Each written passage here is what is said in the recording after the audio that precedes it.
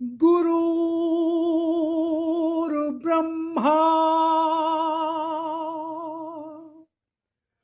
गुरुर्विष्णु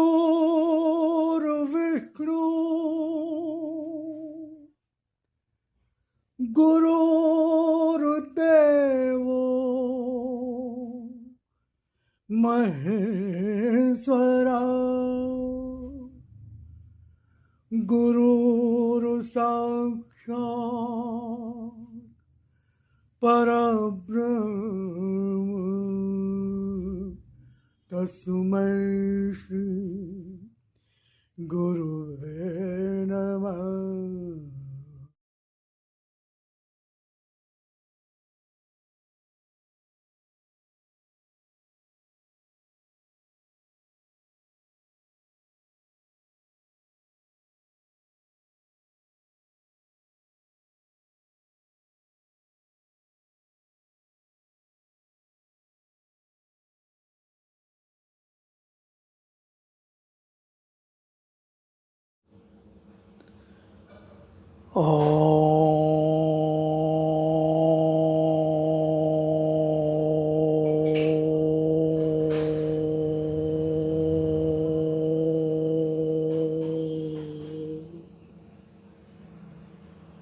ॐ भूर्भुवः स्वः तत्सवितुर्वरेण्यं भर्गो देवस्य धीमहि धियो यो नः प्रचोदयात्।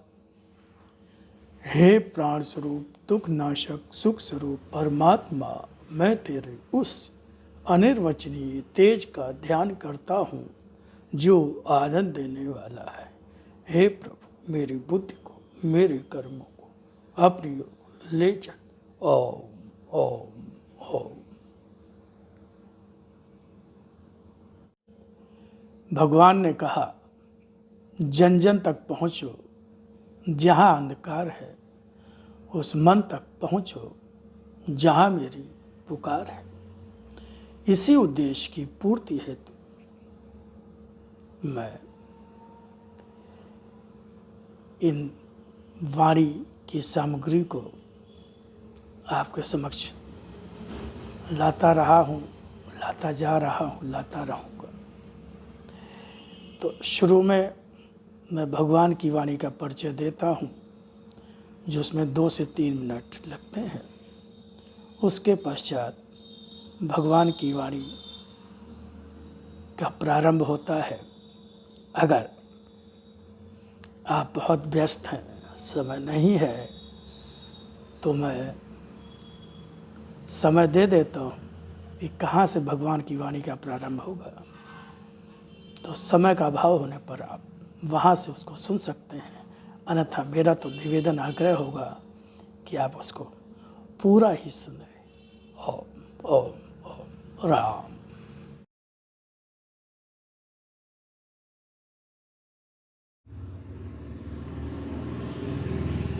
स्वयं भगवान की वाणी और अपने लिप रूप दर्शन के संबंध में क्या कहा, पहले उसको सुने, फिर आगे भगवान की वाणी को और सुने। वाणी को समझो, उसके एक एक अक्षर में अर्थ भरा है। कोई भी शब्द, कोई भी अक्षर मात्र भाषा का खेल नहीं, यह शक्ति है।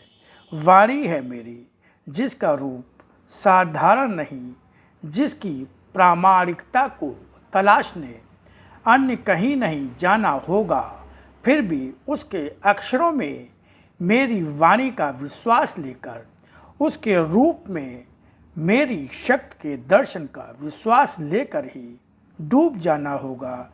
तभी पहचान सकोगे मेरी, तभी पहचान पा सकोगे मेरी, तभी पहचान पा सकोगे मेरी। इसी तरह आज भी तुम्हारा आराध्य भगवान ने, जिस तरह से भगवान श्री राम, भगवान श्री कृष्ण आए और उन्होंने असत्य धर्म का नाश किया, जब प्रभु श्री राम आए तो रावण मारा गया, जब भगवान श्री कृष्ण आए तो कंस और उसके सारे संगी साथी मारे गए। इसी प्रकार भगवान कह रहे हैं, इसी तरह आज भी तुम्हारा आराध्य फिर आया है तुम्हारे सामने। इसका रूप आज है वही जो पहले भी और सदा से ही पिता के रूप में, भगवान के रूप में कहते और पुकारते रहे हो अपने कष्ट भरे क्षणों में।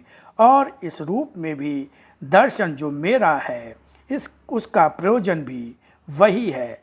लिप रूप में मेरी शक्ति का यह दर्शन किस तरह सारे युग का असत्य और धर्म समेटकर सत्य और धर्म का प्रतिष्ठापन करता, स्वयं ही देखना।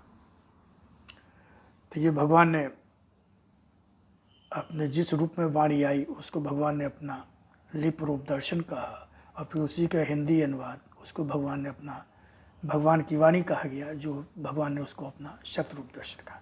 अब आगे सुनिए भगवान की वाणी बहुत ध्यान से।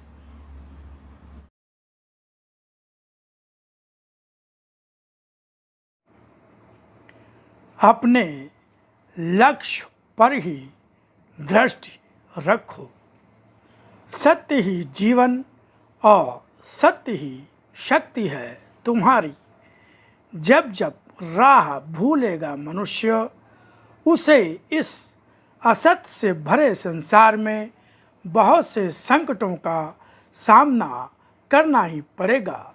असत्य ही होता है मनुष्य के अपने अंदर का भी। जब तक जो समाप्त नहीं हो पाता है, मनुष्य को दुख, भय और चिंता देता रहता है। जो सत्य को बिना पहचाने भी सत्य की अवज्ञा करता है, वह भी दंड तो पाता ही है। मेरी अवज्ञा करने का किसी को भी मैंने अधिकार नहीं दिया है। अतः जब भी जो जहाँ पर जिस रूप में भी सत्य की अवज्ञा कर रहा होगा, वह स्वयं ही ऐसी परिस्थितियों का सामना करेगा कि उसे सत्य असत्य का अंतर शीघ्र ही समझ में आ जाएगा। मेरी वाणी का प्रकाश अभी जहाँ भी नहीं पहुँचा है, वहाँ भी अब समय आ गया है पहुँचने का। यह तुम्हें नहीं सोचना है कि किस तरह यह होगा। जहाँ मानवीय शक्ति भी काम नहीं कर सकती, वहाँ सभी कुछ मात्र मेरे ही द्वारा तो सभी कुछ संभव हो पाता है। जहाँ कोई भी प्रकाश नहीं हो पाता, वहाँ भी सूर्य और चंद्रमा का क्या प्रकाश भी नहीं पहुँचता है। इसी तरह समझो कि जहाँ भी जिस प्रकार भी मुझे पहुँचना होगा, वहाँ मैं स्वयं ही पहुँचूँगा। इसे मानव दृष्टि और बुद्धि चमत्कार कहती है, मगर मेरा तो यह सत्य और सत्य की शक्ति का वह दर्शन है जो संपूर्ण विश्व में व्याप्त है। इसकी व्यापकता और सर्वशक्तिमत्ता का दर्शन भी शीघ्र ही पाओ। कर्म तुम्हें करना है, कर्म ही करते रहना है। मात्र अपने लक्ष्य पर ही दृष्टि रखो। कर्म तो स्वयं पूर्ण हो ही चुका है, क्योंकि जिसकी रचना मैं पहले ही कर चुका हूँ, वह अभी किसी को दिखाई दे या न दे, पर वह है नहीं ऐसा नहीं है तो वह उसी क्षण से जब से मैंने इस सृष्टि को रचा। जब तक किसी पुस्तक को नहीं पढ़ते हो, तब तक तुम्हें वह पुस्तक पता भी नहीं चलती।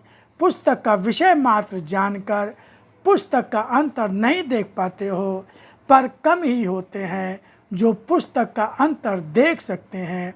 अधिकतर जो पूरी पुस्तक भी पढ़ लेते हैं, पर वे पुस्तक का अंतर फिर भी नहीं पढ़ पाते। मगर ऐसा तो नहीं कि पुस्तक का अंतर होता ही नहीं है। इसी तरह जब भी सृष्टि को मैंने रचा है, संपूर्ण ही रच दिया।